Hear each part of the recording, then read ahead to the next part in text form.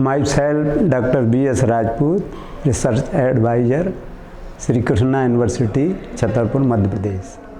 आज के व्याख्यान का विषय है भूगोल में प्रायोगिक के अंतर्गत समपटल सर्वेक्षण। इसको अंग्रेजी में प्लान टेबल सर्वे कहते हैं।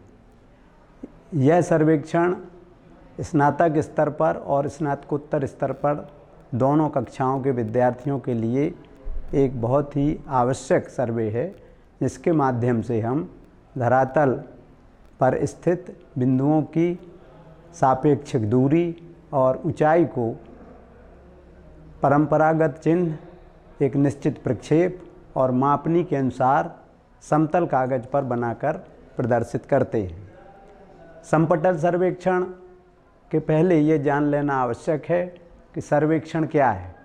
सर्वेक्षण एक कला है जिसके माध्यम से जो पृथ्वी की सतह पर, संपूर्ण पृथ्वी या उसके किसी भाग पर पाए जाने वाले भूदृश्यों की ऊंचाई और दूरियों को विभिन्न माध्यमों से, परंपरागत चिन्हों के माध्यम से, एक निश्चित प्रक्षेप के माध्यम से और निश्चित मापनी के माध्यम से हम अनुरेखित करते हैं, समतल कागज पर प्रदर्शित करते हैं। समपटल सर्वेक्षण स्नातक स्तर में तृतीय वर्ष के विद्यार्थियों के लिए और स्नातकोत्तर स्तर में एमए फाइनल के विद्यार्थियों के लिए एक बहुत ही महत्वपूर्ण सर्वेक्षण है।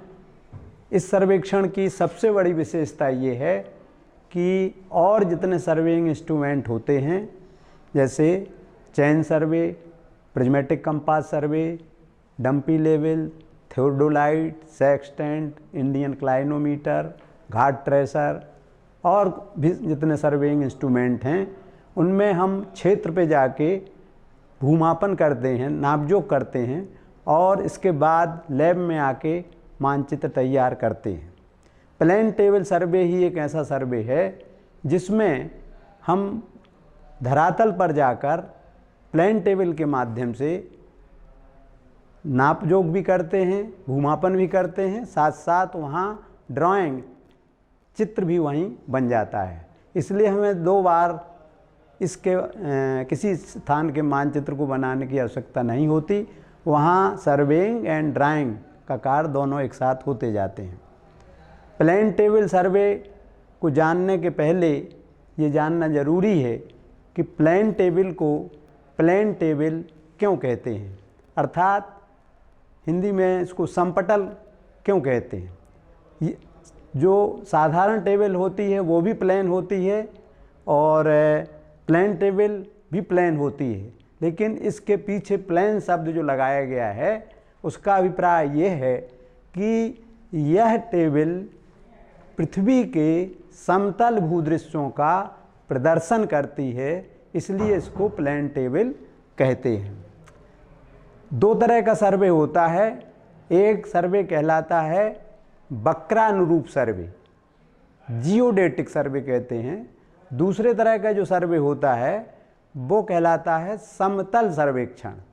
तो जियोडेटिक सर्वे में धरातल के बिंदुओं की सापेक्षिक दूरी के साथ साथ ऊंचाई का भी आकलन किया जाता है, जबकि प्लान सर्वे में, प्लान टेबल सर्वे में पृथ्वी को समतल मानकर हम सर्वेक्षण करते हैं। यद्यपि जियोडेटिक सर्वे ही वास्तविक सर्वे है, क्योंकि इसमें जो पृथ्वी का कर्वेचर है, वक्रता है, उसको भी ध्यान में रखा जाता है और जो वायुमंडलीय परतों का दबाव है, जिसको अपवर्तन कहते हैं, उसको भी ध्यान में रखा जाता है। हमारी दृष्टि जहाँ जाती है उस दृष्टि पर वायुमंडलीय परतों का दबाव पड़ता है, तो जहाँ हम देखना चाहते हैं उससे नीचे हम देखते हैं, तो जो त्रुटि है उसका निराकरण करके हम सर्वे करते हैं। और जो पृथ्वी की वक्रता यानी कर्वेचर है उसको ध्यान में रख के हम सर्वे जब करते हैं तो उसे जियोडेटिक या वक्रानुरूप सर्वे कहते हैं। समतल सर्वेक्षण में जितने भी इंस्ट्रूमेंट प्रयोग में लाए जाते हैं, चाहे चैन हो जिसको श्रृंखला कहते हैं, चाहे प्रिज्मेटिक कंपास हो या समपटल हो। समपटल सर्वेक्षण एक महत्वपूर्ण यंत्र है। इसमें प्रयुक्त होने वाले जो विभिन्न उपकरण हैं उनकी संख्या यद्यपि ज़्यादा हैं। इसके बारे में हम सबसे पहले जो इसके उपकरण हैं उनके नाम हम बताएंगे। तो पहला है इसमें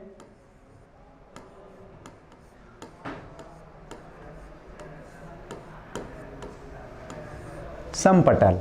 समपटल ये बहुत ही महत्वपूर्ण इस सर्वे का पार्ट है, जिसको सीजनड पाइन वुड से बनाया जाता है, अर्थात परिपक्व चीड़ की लकड़ी से इसका निर्माण किया जाता है। इसकी लंबाई चौड़ाई 60 बाई 70 सेंटीमीटर होती है और ये बरसात और सूखे मौसम में इसका इनलार्जमेंट रिडक्शन ना हो, घटे बढ़े ना, इसको ध्यान में रख के इसमें बीच बीच में गैप रखा जाता है ताकि बरसात में यदि नमी से थोड़ा बहुत इसमें विवर्धन होता है तो उसको वो एडजस्ट कर ले। समपटल सर्वेक्षण में दूसरा प्रयुक्त होने वाला जो यंत्र है वो है एलिडेड।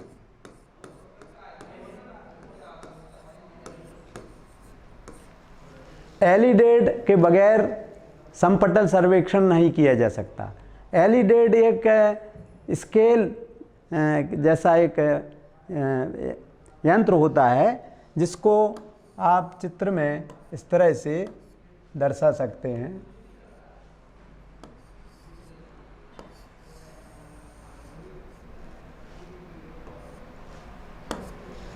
ये इस तरह का एक यंत्र होता है जिसमें दोनों तरफ जहां हम देखते हैं उसको ऑब्जेक्ट बेन कहते हैं और जहां से देखते हैं उसको आई साइड बेन कहते हैं, यानी लक्ष्य फलक और दर्श फलक। इनके माध्यम से हम किसी भी क्षेत्र को, ऑब्जेक्ट को, लक्ष्य बिंदु को लक्ष्य करते हैं और इसमें जहां लक्ष्य करते हैं उस लक्ष्य करते समय जो रेखा बनती है उसको हम रेज कहते हैं, किरण कहते हैं, और उस किरण को हम उस दिशा में खींचते हैं। इसमें एक तरफ का जो सिरा होता है दाहिनी तरफ का वो ढलमा होता है, उसको फिजुडुअल एज के नाम से जाना जाता है। इसी तरफ से हम लाइन खींचते हैं, अलाइनमेंट करते हैं, यानी रेज डालते हैं। तो ये बहुत ही महत्वपूर्ण है। कोई भी प्लेन टेबल सर्वे यदि हमें करना है तो हमारे पास एलिडेड का होना नितांत आवश्यक है। ये 1.5 फीट और 2 फीट तक की लंबाई के होते हैं, लकड़ी के भी होते हैं और मेटल के भी होते हैं। जहाँ जिस तरह की सुविधाएं हैं उसी तरह से ये प्रयोग में लाए जाते हैं।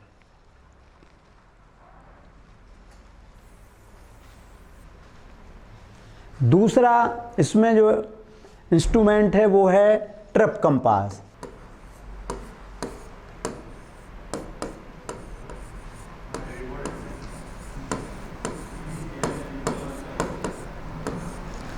ट्रिप कंपास एक्चुअली जो उत्तर दिशा है उसको ज्ञात करने के लिए प्रयुक्त होता है। ये ट्रिप कंपास को ट्रिप कंपास इसलिए कहते हैं कि जो पृथ्वी की सतह पर नदियों के द्वारा बनाई गई, हिमनदियों के द्वारा बनाई गई आयताकार घाटी होती है, उस आकार का ट्रिप वैली उसको कहते हैं।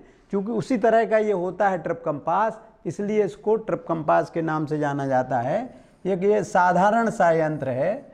इसमें बीच में पिवॉट रहता है और इधर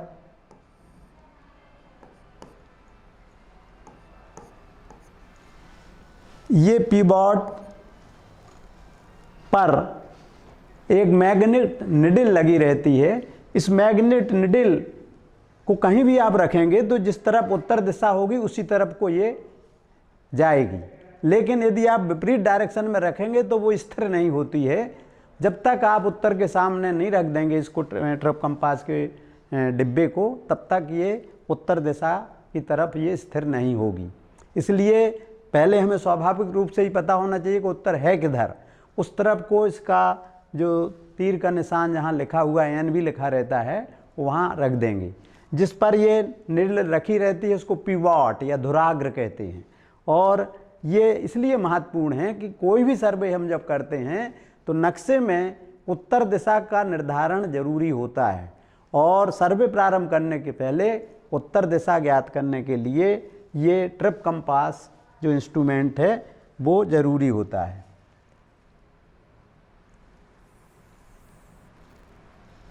तीसरा जो चौथा इंस्ट्रूमेंट है वो है टेप। टेप या फीता। फीता या टेप साधारण तौर पर 3 तरह के होते हैं। एक होता है क्लॉथ टेप, दूसरा होता है स्टील टेप, तीसरा होता है मेटेलिक टेप। भूगोल के विद्यार्थी मेटेलिक टेप का उपयोग करते हैं क्योंकि क्लॉथ टेप का प्रचलन धीरे धीरे अब ख़त्म हो रहा है। स्टील टेप एक्यूरेसी के दृष्टि पॉइंट ऑफ व्यू से तो बहुत अच्छा होता है, लेकिन इसमें जब विद्यार्थी सर्वे करते हैं तो धारदार एक पत्ती होती है, कभी असावधानी से अगर उसका उपयोग कर लिया तो हाथ कटने का भी भय रहता है, महंगा भी होता है। तो कोई भी विद्यार्थी जो शरारती किस्म के हैं वो इसको जेब में डाल के चले जाते हैं। इसलिए ये मेटेलिक टेप, मेटल के वायर का बना हुआ एक टेप होता है जिसकी लंबाई 30 मीटर या 20 मीटर होती है और एक सेंटीमीटर पर इसमें निशान लगे रहते हैं। हर 1 डेसीमीटर पर इसमें लाल रंग से काले रंग से और 1 मीटर पर लाल रंग से निशान रहते हैं। ये 30 मीटर का होता है। मोस्टली जो भूगोल के विद्यार्थी प्रयोग करते हैं वो 30 मीटर के मेटेलिक टेप का उपयोग करते हैं। इसके बगैर भी हम प्लेन टेबल सर्वे नहीं कर सकते हैं। बाकी और जो दूसरे टेप हैं वो भी प्रयुक्त होते हैं। फिर 5वां जो इसके साथ इंस्ट्रूमेंट है वो है फोर्क पिलम बाव। फोर्क पिलम बाव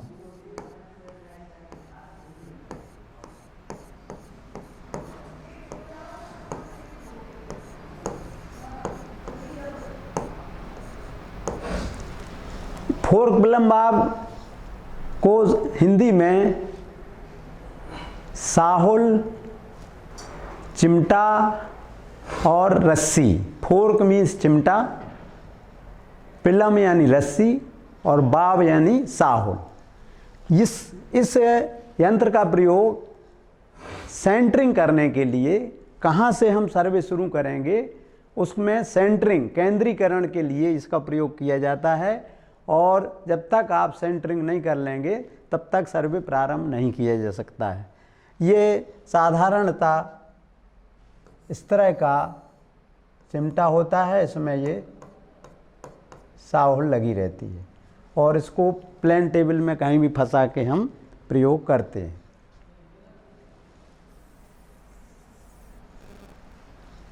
इसके बाद प्लेन टेबल में प्रयुक्त होने वाला जो बहुत ही महत्वपूर्ण यंत्र है वो है रेंजिंग रॉड।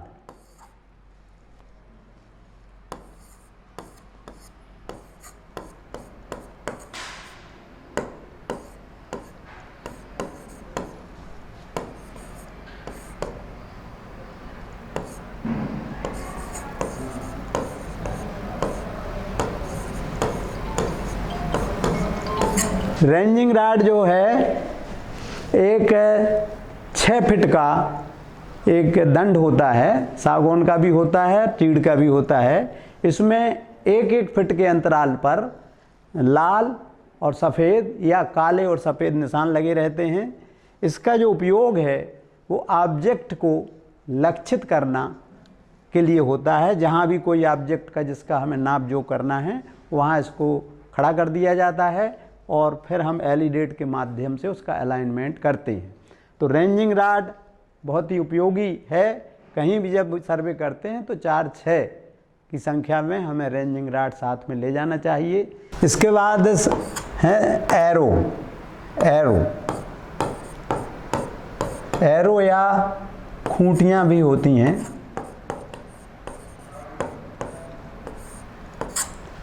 पहले खूंटियों का प्रयोग किया जाता था क्योंकि लकड़ी मिलती थी।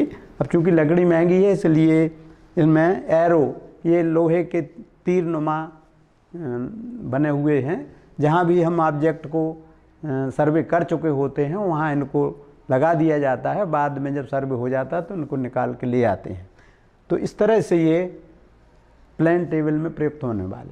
प्लान टेबल सर्वे के समय हमें साथ में एक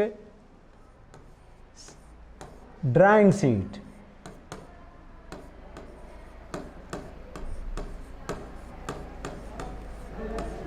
ड्राइंग शीट भी हमारे साथ होना चाहिए, क्योंकि ड्राइंग शीट के बगैर हम सर्वे नहीं कर सकते, क्योंकि हमें वहाँ मैपिंग वहीं करना है। तो साथ में ड्राइंग शीट इंपीरियल साइज़ की ड्राइंग शीट होती है। ये भी 60 बाई 70 सेंटीमीटर की होती है, और ये इस तरह के ड्राइंग शीट का होना इसमें ज़रूरी है। बाकी जो साधारण और भी इसके साथ सहयोगी उपकरण होते हैं, प्रकार भी ले जा सकते हैं आप, सेट स्क्वायर भी ले जा सकते हैं, ताकि लाइन खींचने में स्केल, साधारण टाइप की स्केल भी होना चाहिए लाइन खींचने में, और रबर वगैरह ये सब ले जाते हैं। कहीं गलत बन गया तो उसको सुधार के रखते हैं। तो ये इसमें प्रयुक्त होने वाले जो उपकरण हैं, एक उपकरण और है, वो है स्प्रिट लेवल।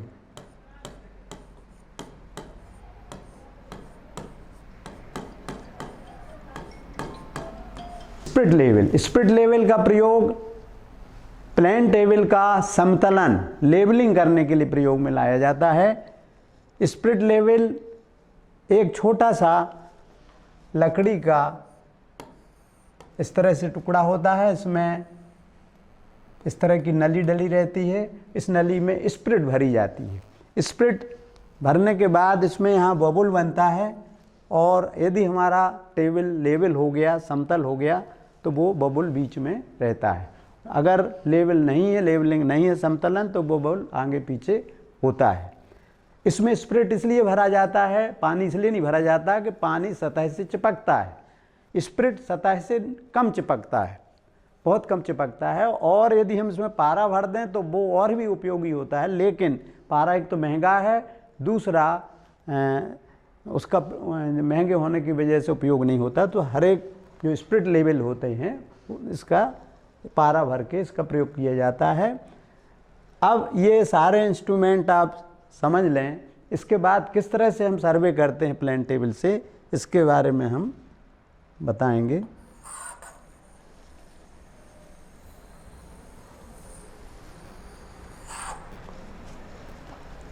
प्लान टेबल या समपटल जो सर्वेक्षण हैं, समपटल सर्वेक्षण में आप पृथ्वी की सतह के किसी भी भाग का सर्वे कर सकते हैं। इसमें जो हम सर्वेक्षण करते हैं, सर्वेक्षण करने में 2-3 तरह की विधियों का प्रयोग करते हैं। पहली विधि है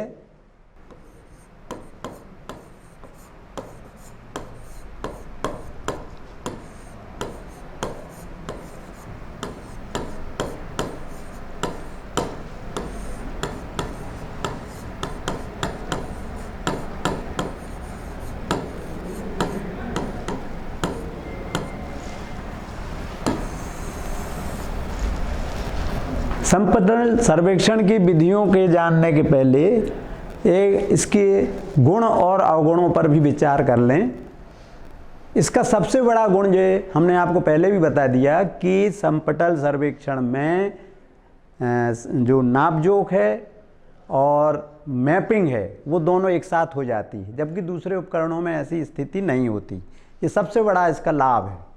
दुर्गुण ये है कि फेयर वेदर में, खुले मौसम में ही इसमें सर्वे हो सकता है, क्योंकि हम जो ड्राइंग शीट उस पर बिछाते हैं वो ड्राइंग शीट अगर पानी बरस रहा है, नमी है मौसम में, तो वो ड्राइंग शीट खराब हो जाएगी। दूसरा एक और इसका जो अवगुण है कि इस सर्वेक्षण में जो हमने अभी सामान की सामग्री, जो उपकरण सहयोगी उपकरण हैं उनकी सूची बताई, काफ़ी संख्या में होते हैं, और इन सहयोगी उपकरणों की वजह से 2-3 लोग ही जब अगर करना चाहते हैं सर्वे, तभी सर्वे हो सकता है। अकेला आदमी इतना सारा साज सामान लेके धरातल पर नहीं जा सकता। तो ये इसका अवगुण है, लेकिन फिर भी ये सर्वेक्षण बहुत ही सरल है और बहुत ही इसका प्रचलन है, क्योंकि ये दोनों काम एक साथ जहाँ हो जाएं तो वो बड़े उपयोगी होते हैं। अब इसकी जो विधियाँ हैं, वो पहली विधि है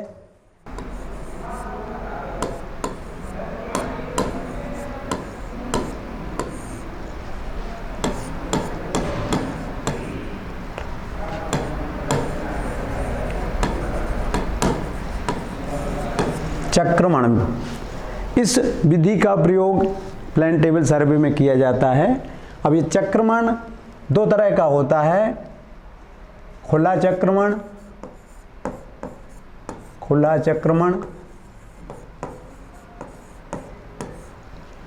और बंद चक्रमण।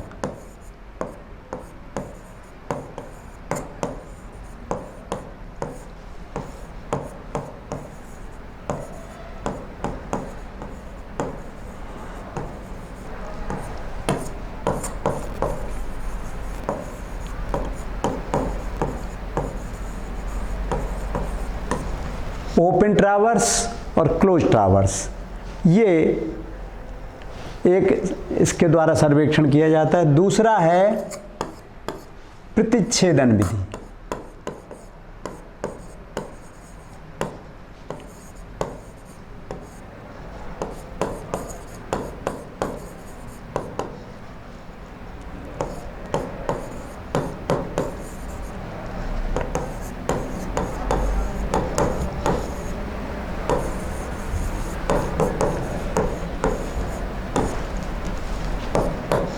इंटरसेक्शन मेथड, ये दूसरी विधि है, इसका भी प्रयोग किया जाता है। तीसरी विधि है विकिरण विधि।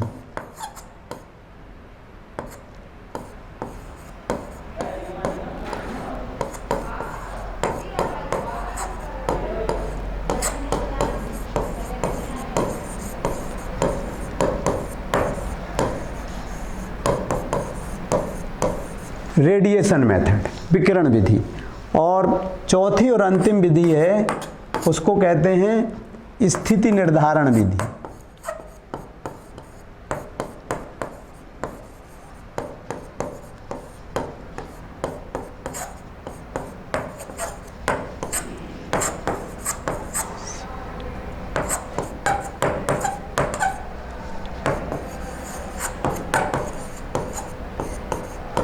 रिसेक्शन मेथड, ये चार विधियां हैं जिनके द्वारा हम किसी भी क्षेत्र का सर्वेक्षण करते हैं। अब इन चार विधियों का हमने नाम बताया, एक एक करके क्रम से हम प्रत्येक से सर्वे कैसे करते हैं इसके बारे में हम बताएंगे।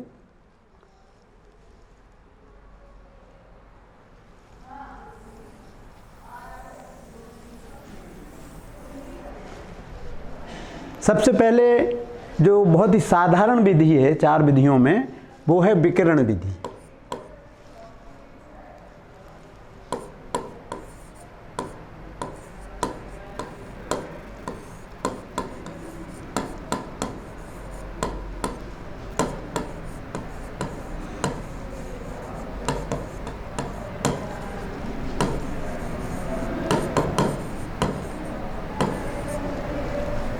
रेडिएशन मेथड, शब्द से भी आप ये अनुमान लगा सकते हैं कि रेडिएशन यानी किरणों का फैलाव।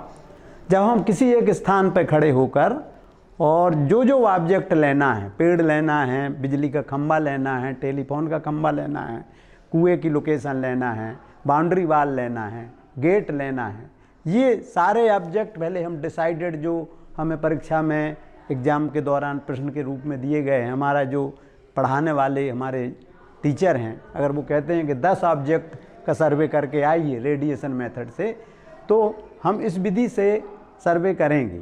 ये विधि की विशेषता ये है कि बहुत सरल है।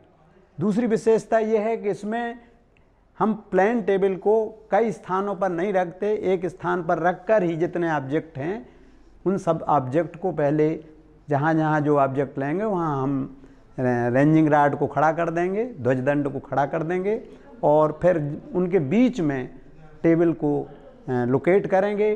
टेबल रखते समय ये ध्यान रखा जाता है कि जितने ऑब्जेक्ट का सर्वे हमें करना है, नाप जोख करना है, वो हमारे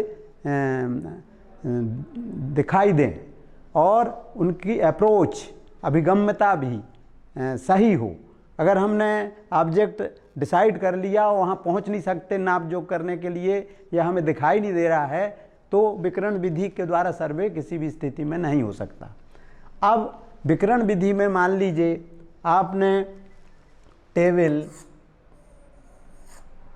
यहाँ खड़ी की, टेबल को यहाँ खड़े करने के बाद ये ज़मीन पे आप हैं,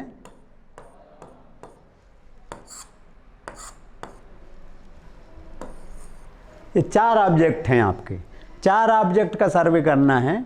तो 4 ऑब्जेक्ट का सर्वे करने के पहले सबसे पहले आपको टेबल से सही एक्यूरेट सर्वे करना है। तो आप टेबल के 3 क्रियाएं करेंगे। 3 क्रियाओं में पहली क्रिया क्या है? सेंटरिंग करना। कहाँ आपको टेबल को खड़ा करना है। खड़ा करने के लिए जहाँ आप खड़ा कर रहे हैं वो स्थान आपका निश्चित करेंगे। और सेंटरिंग का जो कार्य है वो हमने अभी आपको बताया था कि इसके फोर्क पिलम बाब के माध्यम से करते हैं। साहुल को जहाँ वो लोकेटेड करेगी वहाँ हम एरो गाड़ देंगे। दूसरा इसमें काम बहुत ज़रूरी होता है, वो होता है लेबलिंग का। स्पिरिट लेवल जो हमारे उपकरण में हमने बताया था, स्पिरिट लेवल को रख कर आप पहले 90 डिग्री पर रखेंगे अपने सामने और देखेंगे कि उसका बबल बीच में है।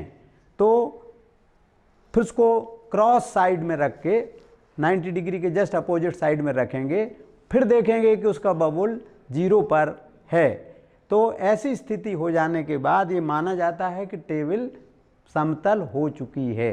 अगर टेबल समतल नहीं है तो आपके द्वारा की गई नाप जोख में 10 से 20% तक की त्रुटि और ज़्यादा त्रुटि आ सकती है। इसलिए सेंटरिंग ज़रूरी है, फिर लेवलिंग ज़रूरी है, और फिर तीसरा जो स्टेप है वो है दिशानुकूलन। तो दिशानुकूलन के लिए जो हमने यंत्र बताया था आपको,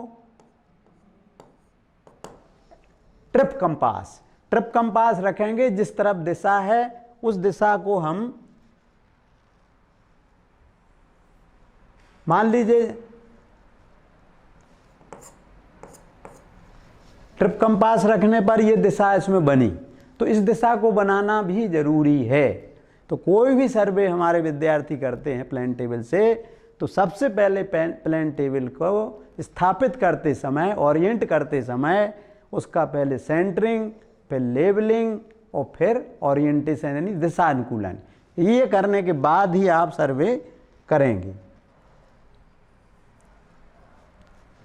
अब आपको सर्वे करने में सबसे पहले हम एलिडेट को लेंगे। तो हमने मान लीजिए सेंटरिंग टेबल पे यहाँ की है, सेंटरिंग से हमारा पॉइंट यहाँ बना है, तो हम पेड़ की तरफ एलिडेट के माध्यम से रेज डालेंगे, फिर टेलीफोन के खंभे की तरफ हम रेज डालेंगे, फिर हम जो कुआं है उसकी तरफ रेज डालेंगे, और फिर हम बिजली के खंभे की तरफ रेज डालेंगे। इस तरह से सारी रेज डालकर उनको पेंसिल से आगे बढ़ा देंगे। फिर हम इन सारे ऑब्जेक्ट का डिस्टेंस जो हमारे पास मेटेलिक टेप है 30 मीटर का, उनसे नापेंगे। मान लीजिए ये 10 मीटर आया, ये भी 12 मीटर आया, ये 15 मीटर आया, ये 18 मीटर आया, ये सबकी लंबाई नापेंगे। रेडिएशन मेथड में 2 स्टेप सर्वे में करना पड़ते हैं। पहले तो आपको एलिडेट के माध्यम से उनका अलाइनमेंट करना है और रेज डालना है। रेज डालने के बाद जितने पॉइंट हैं आपके, उन सारे पॉइंट्स को टेप से नापना है। तो ये नापने के बाद आपका जो चित्र बना, अब मान ली इसमें इस तरह से नाप लिया, फिर हमें एक स्केल, इसमें उत्तर दिशा भी हमने निर्धारित कर ली। मान लीजिए ये है स्केल हमने चुना, मान लीजिए 1 सेंटीमीटर बराबर 3 मीटर। तो ये हम टेबल पर ही चुन लेंगे, 1 सेंटीमीटर इक्वल टू 3 मीटर। ये स्केल लिखना भी जरूरी है। अगर आपके मानचित्र बनाने के बाद स्केल नहीं लिखा है तो किसी भी तरह से वो सर्वे सही नहीं माना जाएगा, वो मानचित्र ही नहीं माना जाएगा। मान के बगैर बनाया गया चित्र ही कहलाएगा, मानचित्र नहीं कहलाएगा। तो ये हमने स्केल लिया और स्केल के माध्यम से मान लीजिए हमने उसी टेबल में 1 सेंटीमीटर बराबर 3 मीटर है, तो 10 के लिए 10 में हम भाग देंगे तो 3 का 9, 3 पॉइंट समथिंग यहाँ हम पेड़ बना देंगे। 3.3 समझ लीजिए सेंटीमीटर की दूरी इस स्केल के हिसाब से करेंगे। 12 के लिए 3 चौक 12, ये यहाँ हम टेलीफोन का खंभा बना देंगे इस पर जो सीट लगी हुई। 15 में 5 × 15, 5 सेंटीमीटर पर आप विद्युत का खंभा बना देंगे और कुएं को 6 सेंटीमीटर पर एक कुआं बना देंगे। ये आपने एक स्थान पर सेंटरिंग करके इसको ए पॉइंट लिख देते हैं। इस ए पॉइंट पर खड़े होके हमने इन सब की एलिडेट से रेज डाली। रेज डालने के बाद डिस्टेंस निकाला। डिस्टेंस निकालने के बाद हम एक स्केल चुनेंगे, मापनी चुनेंगे, उस मापनी के माध्यम से कैलकुलेट करेंगे और जितना डिस्टेंस ए पॉइंट से इन ऑब्जेक्ट का है उनको यहाँ लोकेट कर देंगे। तो इस तरह से हमें एक नक्शा, मान लीजिए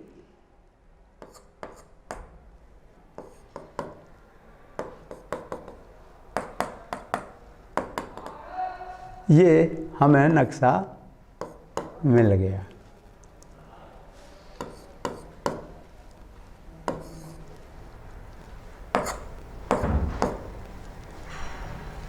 और उत्तर दिशा जो भी आपकी आई यहाँ एन लिख देंगे।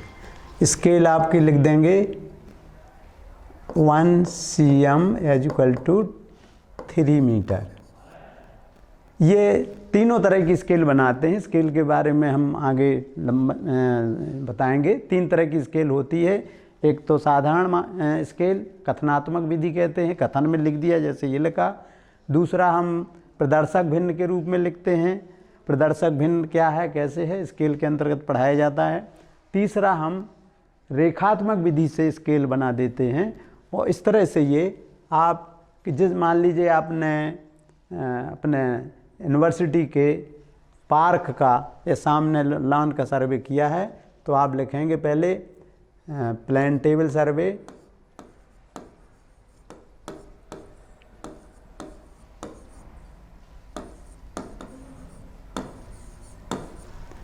फिर लिखेंगे कहाँ का किया है तो बिहाइंड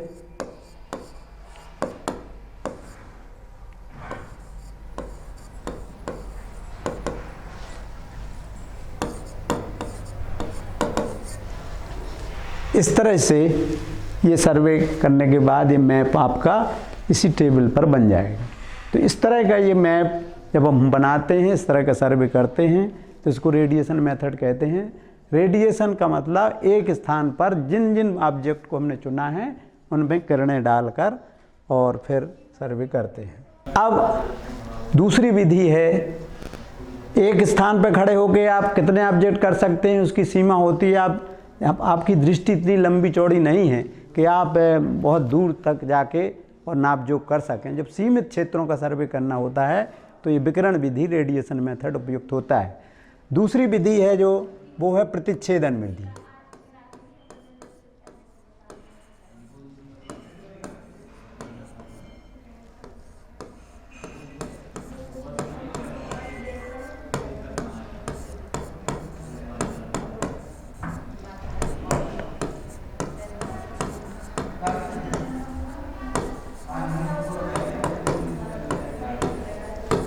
ये दूसरी विधि, जब हम एक स्थान पर खड़े होने के स्थिति में और हमारा ऑब्जेक्ट विजुअल है, वहाँ पहुँच सकते हैं, साधारण तरीके से पहुँच सकते हैं, तब हम रेडिएशन मेथड का प्रयोग करते हैं, अदरवाइज वो उपयुक्त नहीं होता। प्रतिच्छेदन विधि जो दूसरी विधि है, इसके द्वारा जो हम ऑब्जेक्ट लेंगे, ऑब्जेक्ट की नाप जोख नहीं की जाती। टेप से हम उसको नापते नहीं हैं ऑब्जेक्ट को। एक स्थान से खड़े होके हम उसको प्रतिच्छेदित करते हैं, इंटरसेक्ट करते हैं, फिर दूसरे स्थान पर खड़े होकर उन्हीं पॉइंट्स को इंटरसेक्ट करते हैं, प्रतिच्छेदित करते हैं। जहाँ दोनों लाइनें क्रॉस करेंगी वो ऑब्जेक्ट की लोकेशन को दर्शाएंगी। उदाहरण के तौर पर मान लीजिए हमने टेबल को यहाँ खड़ा किया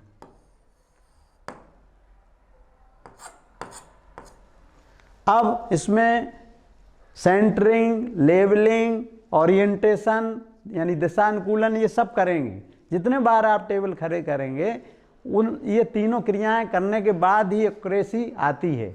अगर आपने बिना उसके और चित्र बनाना शुरू किया तो गलत बनेगा। किसी स्थान का कुआं कहीं है और कहीं उसकी लोकेशन आ जाएगी, विद्युत का खंभा ज़मीन में कहीं है, उसकी लोकेशन दूसरी जगह जा जाएगी। तो आपको इंटरसेक्शन मेथड में सबसे पहले आपको इसकी लेबलिंग करेंगे, टेबल की लेबलिंग करने के बाद सेंटरिंग करेंगे। तो सेंटरिंग करने के बाद मान लीजिए हमने ए पॉइंट यहाँ लिया टेबल पर ए पॉइंट लेने के बाद बी पॉइंट भी टेबल पे लेंगे, दोनों को मिला देंगे। जो ये मिलाने वाली रेखा है इसको कहते हैं बेस लाइन, आधार रेखा। दूसरे शब्दों में प्रतिच्छेदन विधि में, इंटरसेक्शन मेथड में जब तक हम आधार रेखा का चयन नहीं करेंगे तब तक सर्वे इंटरसेक्शन मेथड से नहीं कर सकते। आधार रेखा क्या है? ये जितने भी पॉइंट लेंगे ए बी सी डी, तो उनको एक दूसरे से मिलाकर नाप लेंगे और नापने के बाद जो लाइन आएगी उसको अकॉर्डिंग टू स्केल अपनी प्लान टेबल पे प्लॉट कर देंगे।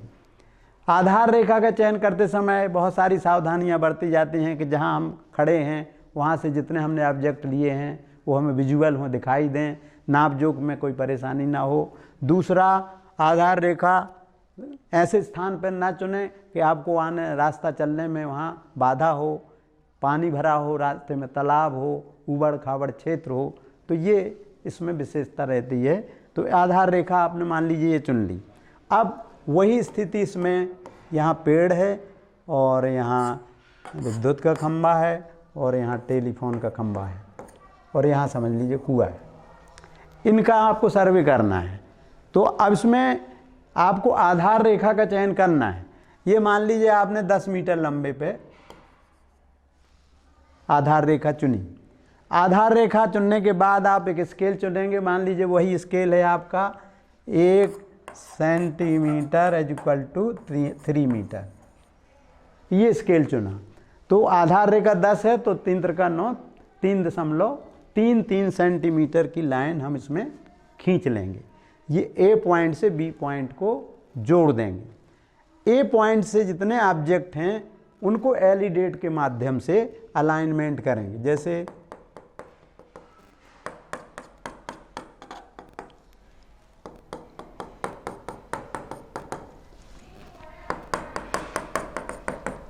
ये इस तरह से ये सारे पॉइंट जो हैं उनकी तरफ हम रेज डालेंगे, अलाइनमेंट करेंगे और इस तरह से उसको छोड़ देंगे। टेबल को उठा के 10 मीटर दूरी पे जो हमने बी पॉइंट चुना है उस पर हम ले जाएं। ये टेबल पर रखा। टेबल पर हमने देखिए ए और बी जो पॉइंट थे वहाँ से एक लाइन यहाँ डाली थी, एक लाइन यहाँ डाली थी और एक लाइन यहाँ डाली थी और एक लाइन यहाँ डाली थी और ये हमारी ये बेस रेखा थी।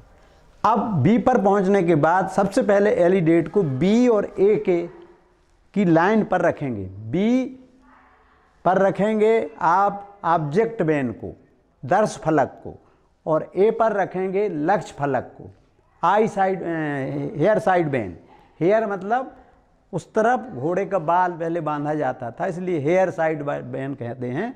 आजकल घोड़े के बाल घोड़े ही नहीं मिलते हैं, केवल हम उस फलक में तार बांध देते हैं या कोई ऐसा जो गर्मी सर्दी से छोटा बड़ा ना हो। तो ये जो एलिडेट है, एलिडेट को रखकर, एलिडेट के बारे में हमने बताया था किस तरह का यंत्र है। इसमें यहाँ एक वायर लगा रहता है, यहाँ वायर लगा रहता है। तो यहाँ आप आई साइड बेन यानी दर्श फलक को यहाँ रखेंगे उसके और लक्ष्य फलक को यहाँ रखेंगे और रखने के बाद उसको स्थिर छोड़ देंगे। अब जब बी पॉइंट को हम वही सारी क्रियाएं करेंगे, सेंटरिंग करेंगे, लेबलिंग करेंगे और ओरिएंटेशन करेंगे, दिशानुकूलन। उसको यहाँ जो पहले टेबल खड़ी की थी उसको कहते हैं स्थापन। इसके बाद यानी ओरिएंटेशन, और जब दूसरी बार हम टेबल दूसरी जगह स्थापित करेंगे तो उसको कहते हैं रीओरिएंटेशन। स्थापन और पुनर्स्थापन। तो पुनर्स्थापन के बाद जो जो ऑब्जेक्ट हमने ए से देखे थे, बी से भी उन्हीं ऑब्जेक्ट की तरफ हम बढ़ेंगे। मान लीजिए ये जाके यहाँ क्रॉस कर रहा है और यहाँ क्रॉस कर रहा है और यहाँ क्रॉस कर रहा है, ये क्रॉस कर रहा है। ये सारे ऑब्जेक्ट जैसे इसमें मिल जाते हैं। अब इसमें देखिए हमने लंबाई को नापा नहीं है, केवल दोनों तरफ से इंटरसेक्ट करने पर जहाँ क्रॉस पॉइंट होगा उस क्रॉस पॉइंट को हम लोकेट करके, और जो हमारे ऑब्जेक्ट हैं, यहाँ कुआं है तो कुआं बना देंगे, यहाँ पेड़ है तो पेड़ बना देंगे, और यहाँ विद्युत का खंभा है तो ये बना देंगे, और इसके बाद ये टेलीफोन का खंभा बना देंगे। और स्केल आपकी 1 centimetre is equal to 10 metre, sorry 3 metre.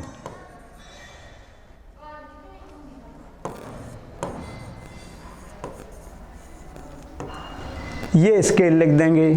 उत्तर दिशा आपने जो बनाई है, जिस तरफ भी आ रही हो उत्तर दिशा को बना देंगे। तो सेंटरिंग, लेवलिंग और ओरिएंटेशन करने के बाद जो केवल बेस लाइन नापी गई, जो ऑब्जेक्ट हैं उनको हमने नहीं नापा, क्योंकि 2 स्थानों से हमने इंटरसेक्ट किया है। जैसे मान लीजिए हम एक यहाँ से तीर चलाएं और फिर उस स्थान से बी पॉइंट से जाके तीर चलाएं, तो तीर उस पेड़ में दोनों तीर जहाँ लगेंगे वो ऑब्जेक्ट की लोकेशन होगी। तो हर बार आपको यही, अब बी से सी पे भी हम जा सकते हैं, इधर सी पॉइंट ले लें, सी पॉइंट पे भी लोकेट करें, और अगले पॉइंट ऑब्जेक्ट ले लें, जो भी लक्ष्य बिंदु है उनको ले लें और उनका सर्वे करते जाएं। तो इस तरह से इसमें इंटरसेक्स करना यानी प्रतिच्छेदित करते हुए हम बिंदुओं का चयन करते हैं और हमारा सर्वे इस तरह से बढ़ता है। तीसरी विधि है वो है ओपन ट्रावर्सिंग, चक्रमण विधि।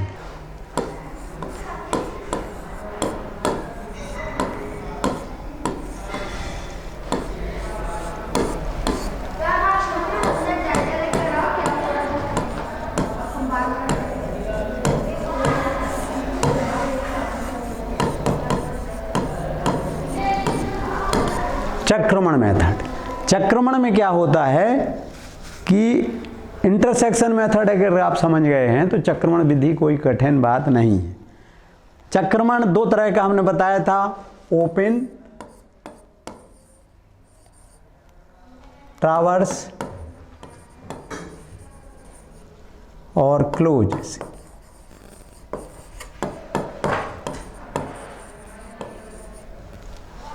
ओपन इंटरसेक्शन मेथड से जब हम जहाँ से चलें और आगे बढ़ते जाएं, लौट कर पुनः उस स्थान पर ना आए, तो इसको कहते हैं ओपन ट्रावर्स, खुला भूमापन। खुला भूमापन। अब हिंदी में बहुत सारे शब्द हैं, विवृत चक्रमण, विवृत चक्रमण संस्कृत से लिया गया ये शब्द है, सही शब्द ये है हिंदी में। अब समझने के लिए विद्यार्थियों को खुला भूमापन लिख देते हैं, जहाँ से हम चलें, सड़क के किनारे किनारे यहाँ से लेके छतरपुर तक हम चले जाएं, तो जो हम नाप जोख करते जाएंगे उस स्थान पर पुनः वापस नहीं आएंगे, तो वो कहलाता है खुला चक्रमण, ओपन ट्रावर्स। क्लोज ट्रावर्स क्या है? जैसे मान लीजिए हमारा श्री कृष्णा विश्वविद्यालय की भवन है, प्रशासनिक भवन, इसको चारों तरफ से इंटरसेक्शन मेथड से हम घेर कर और फिर नक्शा बनाएं, मानचित्र बनाएं प्लान टेबल सर्वे के द्वारा, तो उसको कहलाएगा क्लोज ट्रावर्स। यानी समझ लीजिए ये आपका भवन है, आपने ये यहाँ लिया, बी यहाँ लिया, सी यहाँ लिया और डी यहाँ लिया और फिर से ए पर आ गए, तो ये आपका जो बिल्डिंग बनेगी वो कहलाएगी क्लोज ट्रावर्स। अब सड़क गई है यहाँ से छतरपुर तक, आपने ये यहाँ लिया, बी यहाँ लिया, सी यहाँ लिया, डी यहाँ लिया, इस तरह से लेते गए। डी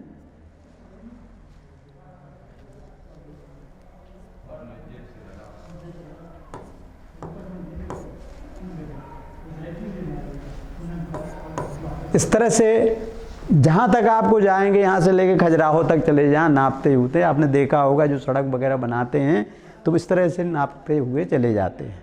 तो ये अब इसमें जब लंबी दूरी आप तय करते हैं तो वो जो साधारण एलिडेड है, दर्श रेखक जिसको हिंदी में कहते हैं, वो काम नहीं करता, क्योंकि हमारी विजिबिलिटी है, जो देखने की आँखों की क्षमता है, वो सीमित रहती है। ज़्यादा से ज़्यादा आप 100 मीटर तक आपको दिखाई देगा, और यंग है इसलिए दिखाई देगा। अगर हम जैसे लोग हैं तो हमें कहो 50 मीटर के आगे ना दिखाई दे। तो उसके लिए एक यंत्र और निकाला गया एलिडेट की जगह, टेलीस्कोपिक एलिडेट।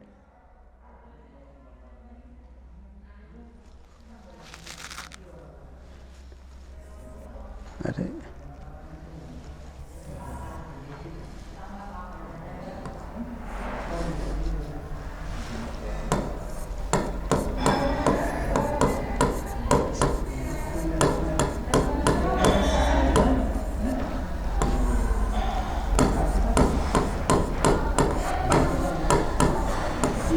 ये दूर तक देखना है, 1 किलोमीटर तक की दूरी देखना है तो टेलीस्कोपिक एलिडेट। टेलीस्कोपिक एलिडेट और साधारण एलिडेट में अंतर यह है कि इसमें टेलीस्कोप फिट कर दिया जाता है। टेलीस्कोप के बारे में, दूरबीन के बारे में आपने पढ़ा होगा कि दूरबीन से आप यहाँ से अगर विजुअलिटी है तो यहाँ से 1 किलोमीटर तक के कोई भी दृश्य को देख सकते हैं। तो जब हमें लंबा सर्वे करना हो, बहुत लंबे चलना हो, तो टेलीस्कोपिक एलिडेट होता उसी तरह से है, केवल उसमें ऊपर टेलीस्कोप फिट रहता है और आप ऑब्जेक्ट को टेलीस्कोप में देख लेते हैं। अब इसमें जो खुला भूमापन और बंद भूमापन आप इसमें समझ चुके, इसको ओपन ट्रावर्स और क्लोज ट्रावर्स के नाम से जाना जाता है। ये भी हमारे विद्यार्थी जितने भूगोल के हैं इस तरह का सर्वे करते हैं, और मेरी समझ से स्नातक कक्षाओं में जो विद्यार्थी पढ़ते हैं ये तीनों विधियों का प्रयोग ही पढ़ते हैं। पहले रेडिएशन मेथड, दूसरा इंटरसेक्शन मेथड, तीसरा ट्रावर्सिंग मेथड। ट्रावर्सिंग में भी ओपन ट्रावर्स और क्लोज ट्रावर्स, इस तरह से ये हमारे स्नातक के विद्यार्थियों को पढ़ना पड़ता है। अब अगर हम मास्टर डिग्री में ते हैं तो ये सारी विधियां हमें जानना जरूरी है। अगर ये नहीं जानते हैं तो आगे वाली विधियां बिल्कुल समझ में नहीं आएंगी। अब हमने मास्टर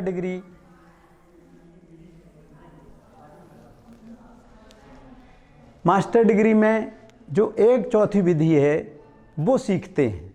वो विधि कौन सी है?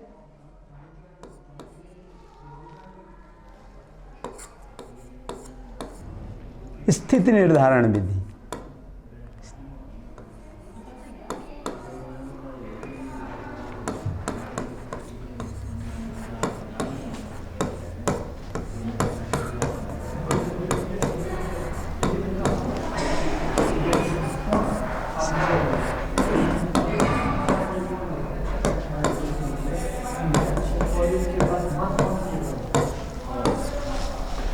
स्थिति निर्धारण विधि बहुत सारी ऐसी स्थितियां निर्मित होती हैं कि हम सर्वे करने जाते हैं। सर्वे करते करते हमसे कहा गया कि आपको 10 ऑब्जेक्ट का सर्वे करना है, 15 ऑब्जेक्ट का सर्वे करना है, और कुछ ऐसी परिस्थिति निर्मित हुई, पानी बरसने लगा, या हमारे टीचर ने कहा कि नहीं जल्दी आओ, जल्दी करके आओ, हमने विलम्ब किया तो उनको बुला लेते हैं। अब 10 ऑब्जेक्ट दिए गए थे, पता चला 3-4 ऑब्जेक्ट भी हम कर पाए और इसके बाद बुला लिया गया, या पानी बरस गया, या कोई बाधा उत्पन्न हो गई किसी तरह की परिस्थिति में, तो हम पूरा प्लान टेबल का सामान लेके आ जाते हैं, समेट के रख लेते हैं। तो ये स्थिति निर्धारण विधि है। स्थिति निर्धारण विधि चूँकि अब समय निर्धारित कालखंड से ज़्यादा हो गया है, तो स्थिति निर्धारण विधि को डिटेल में, इसमें भी उतना ही समय लगेगा जितना अभी तक हमने आपको बताया है, अगले पीरियड में बताएंगे। धन्यवाद।